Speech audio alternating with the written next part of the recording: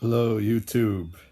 So today will be a continuation of the series Why I Left America to Live in Morocco. Judging on the comments of the first video, people still may not get the message, but we will continue to explain. When I first arrived in Morocco, I had a one-way ticket here. It was to Agadir in November 2017. And I had 2 weeks booked at a surf camp to learn to surf. And during this time, I had an idea to bring some resumes and try and find a job teaching yoga. Before coming to Morocco, on Instagram, I had seen a lot of pictures posted by surf camps of people doing yoga on rooftops, and I thought, hey, I've been teaching yoga for 2 years now. I could come to Morocco and try and teach yoga at one of these surf camps. So I arrived, and it was quite the culture shock. I arrived to the Agadir airport, and it was hot coming from the Chicago winter, and it smelled dry. I was waiting at the airport until the driver finally arrived. Patience is something that you may come to learn in Morocco. So he picked me up and we're driving through Agadir, which is the port city. And I remember just thinking, why do all these shops sell so many hoses? There's just bundles and bundles of hoses at all these shops. And this really surprised me. So we drive out of Agadir city up through Anza, which is the first city when you head north of Agadir, and there's a fish port there, and the fish reeks there on some days. And if you've been to Agadir, you know what I'm talking about. When you drive past this fishery, it stinks like fish. But we continue on, and we get beautiful views of the ocean. We see this Moroccan palace that was not one of the kings, but actually a Saudi prince's. And we drive down through Arir, Banana Village, and here there's graffiti on the walls of surfers, and I say graffiti, but more of street murals and art. Graffiti isn't the right word. So it's this colorful little village where they have bananas all being sold there. And then above that is Tamrat, which is another little village. Not much to see when you first drive through. And then you go back up into the mountains and you descend into Tagazout. And you're going down this mountain road and you see the goats hopping around, some stray dogs. And they drop you off there in this little coastal village that you've not even sure if you're saying the name of it right before you come there. You've only read about it. And you find yourself there. And this was my first trip to Tagazout. And when I was there, I would surf, I would eat, and I asked a lot of questions. What's it like to live here? What's the cost of living? When are the waves good? Can I find a job as a yoga teacher? And right off the bat, everyone told me, like, yeah, it's easy. You'll get a job as a teacher, no problem. Talk to this person, talk to this person. So I had high hopes. I dropped my resumes off everywhere. But Morocco was a shocking experience at first. You kind of feel this disharmony with your rhythm and the rhythm of the place, where you need to take some time to get into that zone of Tagazout, of Morocco. This guy described as coming from London as a tight spring, and you need time for that spring to unwind. So I was taking this time here. It was also quite challenging to just be all alone completely in a place where you don't speak the language. I had been on my own in Spain and Australia, not knowing anyone, but there I spoke the language, so I felt more connection to the place. But here I still kind of felt like an outsider. Everything was very exotic. Another piece of advice someone gave me when I first arrived in Tagazoot was to not try and change the world. So you're going to see a lot of things around here that you might not like or think that it's not right, but it is not your place to try and change those things. There's the famous quote, I believe it's by Gandhi, that's be the change you wish to see in the world.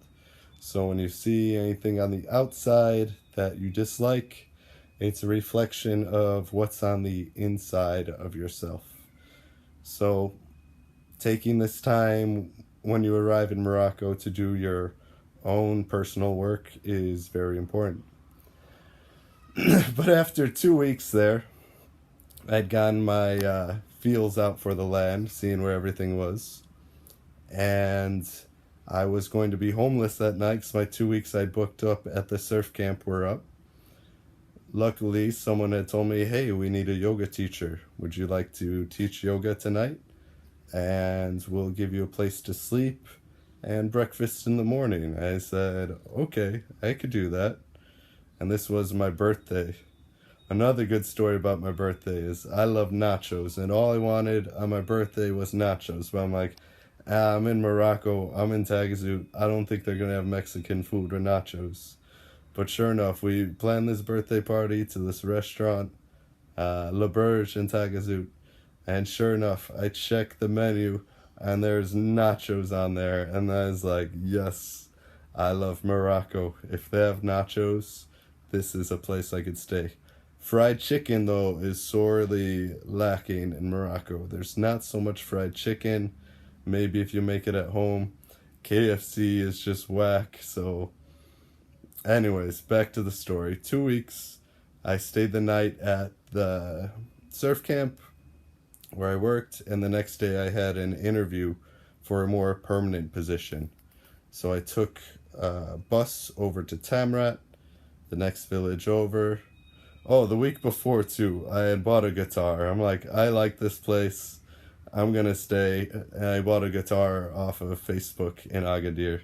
And the guitar is still with me here today, a few years later. And just want to give the guitar a shout out. Anyways, I went to the job interview, walk up the hill in Tamrat, and we have some tea and we talk. I tell the owner about myself, and she tells me about the job position. She says, your duties will include 2 yoga classes a day, 6 days a week. You have to eat breakfast, go surfing with the guests when there's room in the vans. There's usually room in the vans. And evening yoga class as well, and eat dinner with the guests. We'll give you a little bit of money, a room, and some food. And of course, surf equipment. I said, okay, this sounds like my dream job. So the day after my birthday, I got my dream job. I was able to surf, I was able to teach yoga, I was meeting people from all around the world, and that was very cool. And the food was amazing. The music was even better. We had very talented musicians that worked there that play the guitar at night. One in particular, Mohammed, was a star. So I began working there in December 2017, and in April I decided to hit the road again. It's funny, you get your dream job and it's like everything you wanted, but then you always feel like there's something else that you could grow into, that you could try. So having been inspired from meeting all the travelers that came by in Morocco when I was working here, I then went on to travel up to Europe and visit some people that I'd met down here in Morocco. When I left Morocco, I knew that I would always be coming back. I didn't know when or how soon because I wanted to see where this journey would take me. At this point in my life, I had some money saved up from working for a couple years every day and taking the necessary sacrifices for that. In a future video, we could talk about some ideas if you would like to travel yourself and save money for that. I could share with you what worked for me and how I made it possible. Anyways, that's the story of why I stayed in Morocco. I got my dream job, and then eventually we want to see other things and try new things. So I still keep coming back to Morocco, and I still teach yoga here when there is no coronavirus. But this is why I stayed in Morocco, was because it was a place to work with sunshine, friendly people, amazing food, and just a vibe that you have to come here to experience. So if you have not been to Morocco, I encourage you to come see what magic that this land can have to share with you. So if you've made it all the way to this end of this video, congratulations. I hope you like it. Please like, subscribe, or comment any questions you would like, and share if you like. So thank you very much for tuning in, and I will see you next time.